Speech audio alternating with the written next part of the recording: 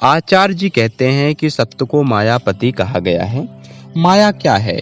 वो जो हमें प्रतीत होता है, जिसकी हस्ती के बारे में हमें पूरा विश्वास हो जाता है, पर कुछ ही देर बाद या किसी और जगह पर किसी और स्थिति में हम पाते हैं कि वो जो बड़ा सच्चा मालूम पड़ता था या तो रह नहीं गया या बदल गया।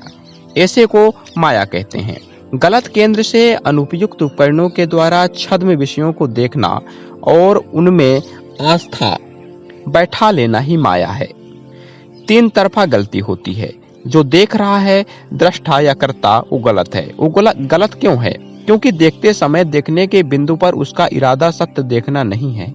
उसका इरादा है इस प्रकार देखना कि देखने वाले की हस्ती बची रह जाए, कि देखने वाले का अस्तित्व अक्षुण्ण सुरक्षित रह जाए। ये बेईमानी के साथ देखना हुआ। इस प्रकार के देखने में सत्यता, सत्यनिष्ठा बिल्कुल नहीं होती। जो ऐसे देख रहा है, वो देखना चाह कहाँ रहा है? वो तो दिखाई देती चीज को भी अनदेखा कर देना चाह रहा है, झुठला देना चाह रहा है। हम कह भी नहीं सकते कि वो देखने का इच्छुक है, वो तो अपने आप को धोखा देने का इच्छुक है।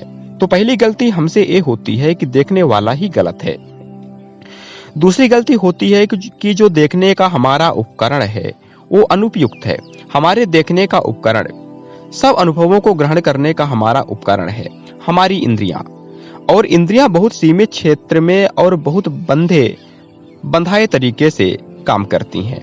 सत्य पूरा है और इंद्रियां कभी पूरी चीज जान नहीं सकती। कान पूरी बात नहीं सुन सकते, आंख सब कुछ देख नहीं सकती, मन सब कुछ याद नहीं रख सकता, बुद्धि कभी पूर्ण विवेचना नहीं कर सकती, तन हर जगह मौजूद नहीं हो सकता, तन हर समय मौजूद नहीं हो सकता। तो शरीर के जितने भी उपकरण हैं संसार को देखने, परखने और संसारगत अनुभवों को ग्रहण करने के, वो जबरदस्त तरीके से सीमित और अपूर्ण हैं। तो देखने वाला गलत है, देखने का उसका उपकरण सीमित, अनुपयुक्त है, और जिस विषय को देख रहा है उस विषय को मैं कह रहा हूँ छलावा है, छद्म है।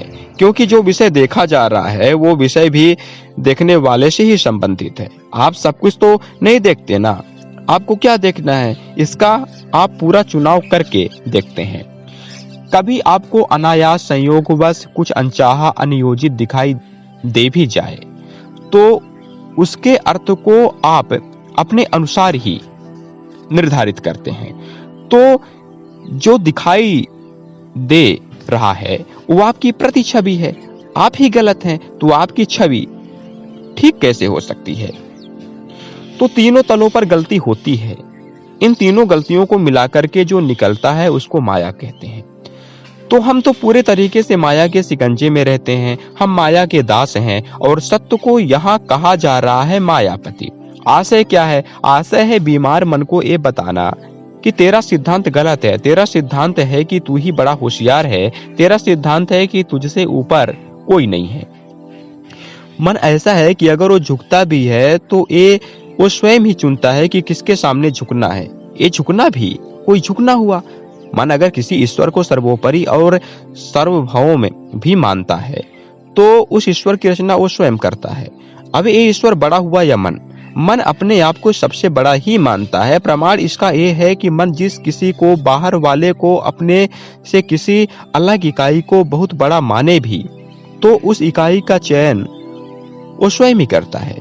मन कहेगा मैं अपने देवता के सामने या अपने नेता के सामने झुकता हूँ, पर मेरा नेता कैसा होगा ये तो मैं तय करूंगा।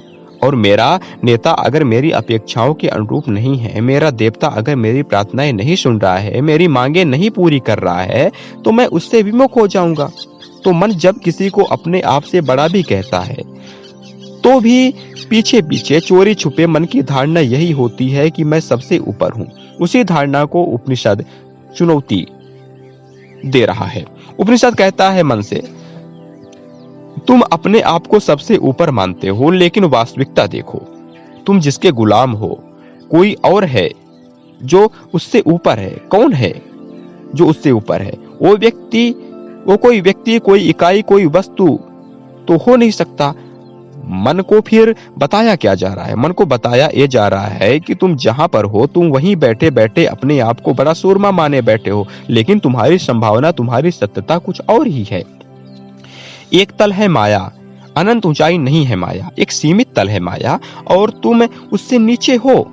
उससे ऊपर जाया जा सकता है। माया का दास होने की जगह माया का स्वामी हुआ जा सकता है, और माया का स्वामी जो हो गया मात्र वही है नमन करने योग्य। उसी का नाम सत्य है, उसी का नाम परमात्मा है, और वो तुम नहीं हो। क्योंकि तुम अपनी वास्तविकता देखो, तुम तो दिन रात माया से मार खाते हो। तुम्हारे लिए करने को अभी बहुत कुछ शेष है।